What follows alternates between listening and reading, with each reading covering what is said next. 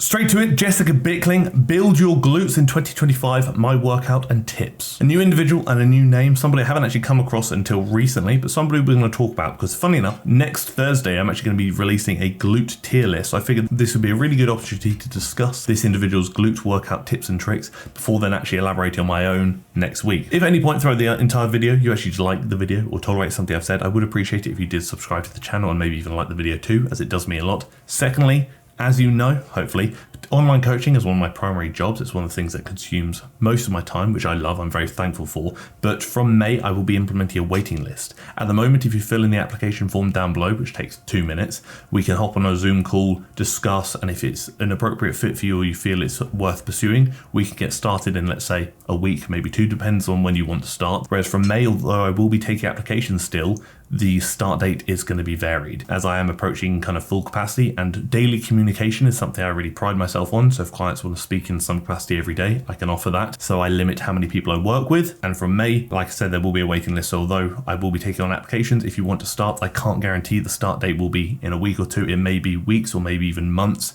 It really depends on when existing clients maybe step away and move on, thus leaving me room to start with new clients. So I would definitely hop on and fill in an application now if you haven't already, if for no other reason than to hop on a Zoom call and chat some waffle with me. Okay, so this is a glute workout that I've been doing for a while now, and I'm gonna be doing for the unseeable future. I just love how it's structured. I love how it fits into my workout routine. So I'm just gonna include the details on the screen of the workout. Big thing there, which I absolutely love to hear. She's done this workout for a while and she's gonna do it for the foreseeable future. One of the big things I see with new clients, actually, funny enough, they might hop on the call and say, oh, am I gonna get a new workout every week? To which I say, if I give you a new workout every week, I'm failing you. Fundamentally, if you want to get stronger, you want to build some muscle in any capacity, or just want to get better in when it comes to resistance training in any form, you need to repeat things. I will elaborate on this later. If your trainer or coach is giving you new workouts every 2-4 weeks or something, then they're probably not worth sticking with, again, depending on your goals. If resistance training is something that's important to you when considering hypertrophy or strength and arguably even fat loss as well,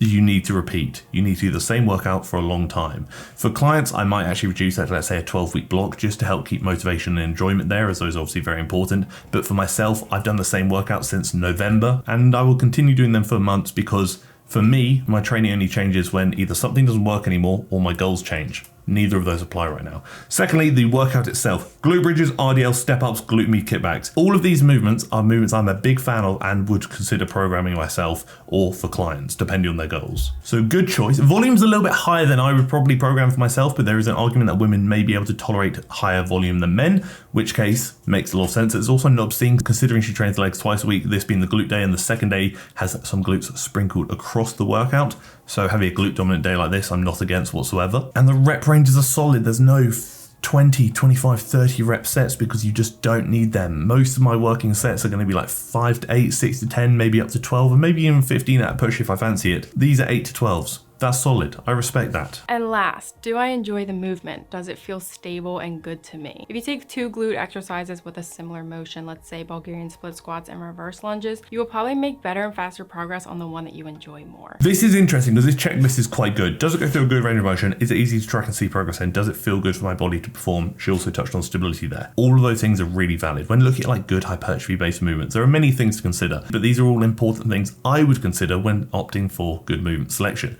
And one of the big ones there actually comes down to the last one. Does it feel good for my body to perform? Which again, she kind of elaborate on regarding stability. The movement should probably be stable.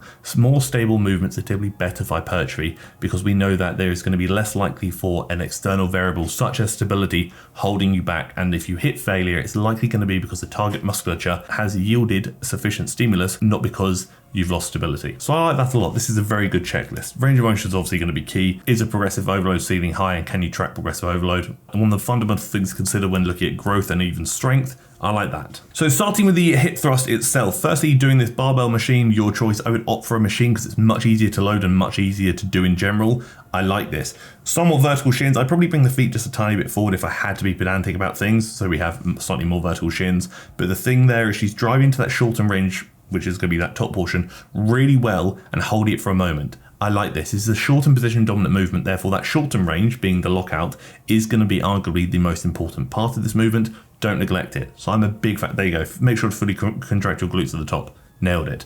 I like that a lot. This is a very good movement quality, very good movement selection, and also very good movement variation by choosing to do this as a machine variant rather than a free weight variant. Next up, an RDL. This is going to be interesting because we've gone from a shortened position dominant movement to a lengthened position dominant movement, which I like because I would typically favor shorten first, lengthen later when looking at things like glute work. One thing she actually mentioned here, which I really appreciated, she goes, don't see the RDL as an up and down movement, see it as a forward back movement, which I completely agree with. A lot of people will just go up and down, which allows their lower back to take over massively, and then they'll say, oh, but my lower back really hurts when I do RDL or SLDLs. That's probably why. You want to think about driving your hips back, not bringing the bar down. What I mean by that is as you kick your bum back, you're essentially trying to get it to touch the wall behind you, which encourages you to lengthen the glutes and the hamstrings a little bit more. And then once the hips can no longer travel back, then you come up. More range of motion isn't necessarily better here, it's more relevant range of motion. And that then allows you to shift emphasis away from the lower back and keep it a bit more on the glutes and the hamstrings, depending on how you do it. So the step up with the dumbbell is quite an unstable movement, which can actually be quite tricky for a lot of people to nail, so I probably wouldn't favor it. Step up on a Smith machine, much more stable, significantly better. And the range of motion here is fantastic because you'll see she's going down to about 90 degrees, give or take, which is where the glutes are arguably going to reach their peak length and position. Anything lower than that might shift a bit more emphasis over to the quads. If you want to favor the quads, you would think about driving the knees more forward and going lower. If you want to favor the glutes, you think about not driving the knees so much, slightly more vertical front shin, and stopping around that kind of 90-degree mark. And a glute med kickback is something I've backed for many, many moons. This or an abduction machine, either or fantastic, but the glute med is a muscle of the glutes that is commonly neglected. So doing a movement in which you are kind of abducting here, you are going to shift emphasis over to that previously probably neglected muscle and allow you to better target the glutes from all angles. So I really appreciate that. And every single movement here is a movement I currently do program for clients in some capacity. And if I was only choosing 4 glute movements to do in a workout, I would probably do this. The only ones that might change is I might not do a step up. I might swap it for like a dumbbell split squat, a lunge variation, or arguably maybe even a single leg press variation. Either way, I'd look for a unilateral length and position dominant glute movement. So step up, split squats, lunge, or unilateral leg press. Either or, fantastic. When I first started, I had a lot of frustration when it came to growing my glutes, and a lot of it came down to what exercises I wasn't doing, but there was also 3 major things. First, the intensity or lack of intensity in my training. Second, doing way too many sets per week per workout. And third, not properly fueling myself and recovering. One thing I will actually add to this, prioritization, but I'll get to that. Lack of intensity, we know that intensity is going to be fundamental when looking at training. Doesn't matter if you do the best or the worst movements. If you want to grow, intensity is going to be more important than movement selection. Going to be honest with you, a bit of a controversial take. More volume doesn't necessarily mean more growth. It's what you can essentially recover from, because every set you do throughout the workout is going to yield less and less stimulus for growth. More doesn't always mean better. Eventually there is a point of diminishing returns, and not fueling. Eat your protein. 9 times out of 10, people smash the gym, which is fantastic, but they really neglect all the stuff outside of the gym. That will only get you so far. 1 gram of protein per pound of body weight, and make sure you're eating enough as well, just in general, when considering calories and drinking enough water. These are all going to be pretty important.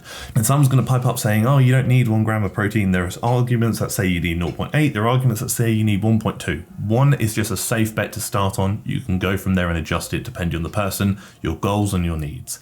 Like I said earlier, priority is another thing I would mention. I think I spoke about this in the hamstring video last week, or maybe the quad video a couple of weeks before, is that one of the best things to look at when considering prioritizing a muscle group or a weak muscle group. No, I didn't. I spoke about it in the training mistakes and myths video the week before last. Yes, I think where you put movements is really important. If glutes are a lagging body part, do your glute work earlier on in the session when you're freshest and going to potentially yield the most stimulus for growth, and also earlier on in the week when fatigue is obviously lowest as well. If you do them last in the workout, last day of the week, fatigue's high, stimulus is going to be lower, you're not doing yourself any favors. If week 1 we can squat 100 pounds for 3 sets of 10 reps, by week 8 or 10 we should be able to squat 100 pounds for 3 sets of 12, or 110 pounds for 3 sets of 10. And these are just examples, but over time you should be able to do more in some way. I like this a lot. This also goes back to the point I mentioned earlier about needing to do the same thing over and over again to progressively overload. If you keep changing your workouts every 4 weeks, how do you know if you're progressively overloading? Therefore, how do you know that adaptation has occurred, which would indicate gains being made? Adaptation shows that we're making progress. Progress shows we're probably building muscle, and we like that, and because we're also getting stronger. Like I said, if you keep changing your workouts, you can't identify that, and you're actually just hindering your progress. So where everyone says, oh, you've got to shock the muscles, or you've got to confuse the muscles, or we don't want the muscles to adapt, don't shock them, don't confuse them. They don't like either of those things. They do actually like adapting, and adaptation is good, provided that adaptation is coming from the form of progressive overload, which is resulting in you getting stronger, lifting more weight, lifting more reps, therefore building muscle as well.